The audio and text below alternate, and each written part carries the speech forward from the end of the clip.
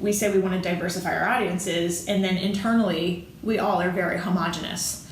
And you just can't get it done that way.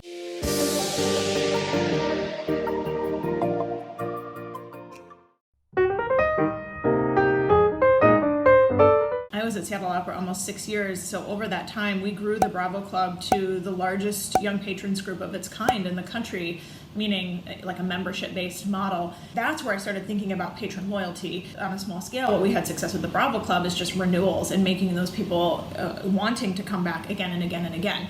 So that was all fine, but I get calls all the time where people say, we need younger audiences, therefore we need to start a young patrons club. And now I don't think that that is actually the best solution. So it can work, clearly it can. The Bravo Club was a great example.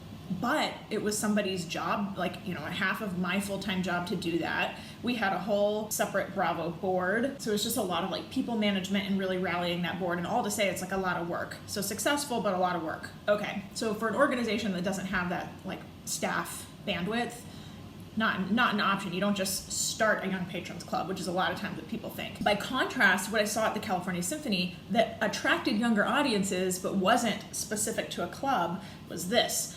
Through our audience research on how to make the concert experience more accessible to anybody who was a newcomer, regardless of age, that combined with current marketing tactics, techniques, practices, those things combined, and then creating a welcoming experience, then our average age in our audience started going down. And so that I thought became very, very interesting as a replicable model because, like I said, it had nothing to do with, it was one person's job in the organization to quote unquote get the young people.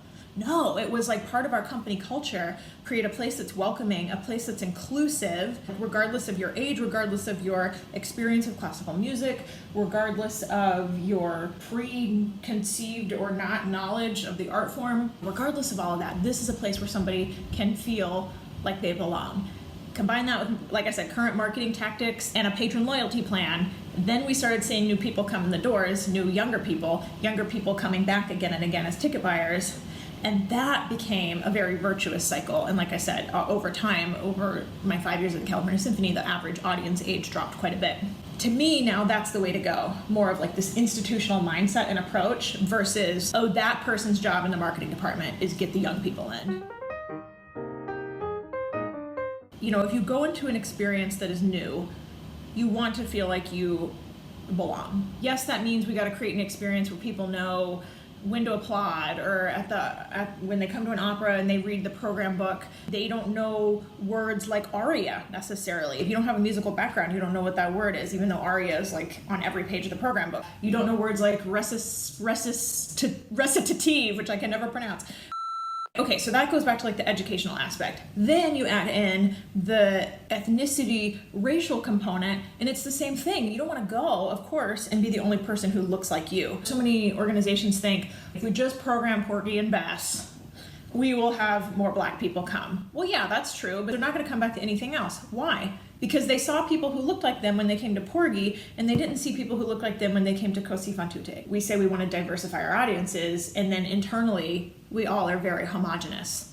And you just can't get it done that way. If people think the solution is a culturally specific program, that's not going to work, because everything else we do is not a culturally specific program, and that's why we don't see those more diverse audiences return. If then, though, the ethnicity component is something that we say is going to permeate everything we do, that then changes things. So that means internally, who's on staff? Is it a bunch of white people making programming decisions? Is it a bunch of white people making marketing decisions? Let's say there's some Black people making programming decisions. You better believe there's going to be more variety on stage than just Porgy. There's going to be Black people cast in all kinds of operas, no matter what it is, whether it's Mozart or Wagner or whatever. Just because there's representation and people making choices and decisions, then we start seeing that play out on stage. Then we start seeing that play out in our marketing materials. Then we start seeing audiences who come and say, wow, I do see myself. And then they feel that sense of belonging that we were talking about before.